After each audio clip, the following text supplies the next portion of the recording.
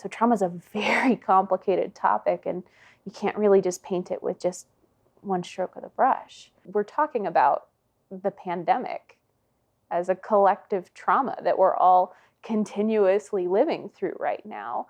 And a lot of psychiatrists believe that we haven't necessarily seen all the mental health fallout of this yet. It's building, it's still coming. A definition of trauma that I like is any event that is more overwhelming than the resources you have to cope. Sometimes trauma is thought to be those big things. You think of, veterans who have combat PTSD, or, accidents or natural disasters. But, we experience stress every day, and stress is very normal. But when that stress overwhelms a system's ability to cope and it can't bounce back easily, that's when perhaps something for one individual might feel traumatic, where the very same thing for another individual might be okay. So there's a lot of definitions for what trauma is or isn't, depending on which institution or definition you're looking at. And so the DSM, which we use a lot in psychiatry, the Diagnostic and Statistical Manual of Mental Disorders, which is how we check off and decide if you meet criteria for a disorder or not, says that you have to have exposure to something that's potentially life-threatening or is sexual violence. The Substance and Abuse and Mental Health Administration, they say that it's, a devastating experience, basically.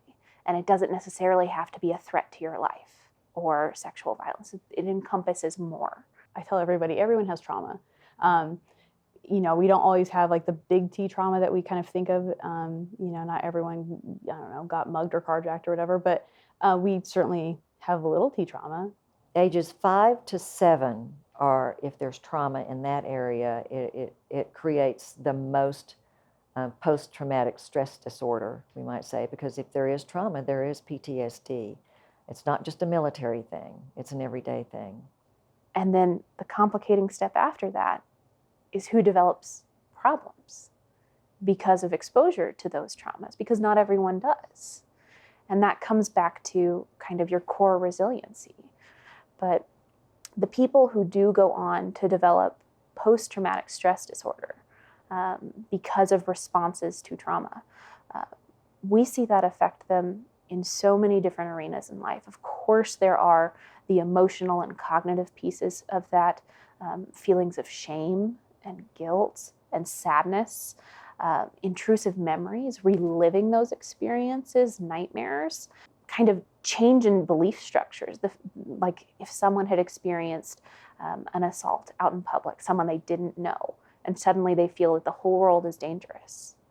That's a natural trauma response to what happened to them. But we also see changes in our body, just staying in kind of a state of hypervigilance, always wanting to know who's behind you, who's around you, and that you're a little bit more on edge than maybe you were otherwise.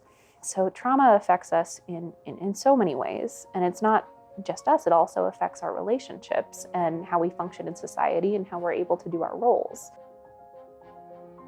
Symptoms of trauma include denial, confusion, and anger.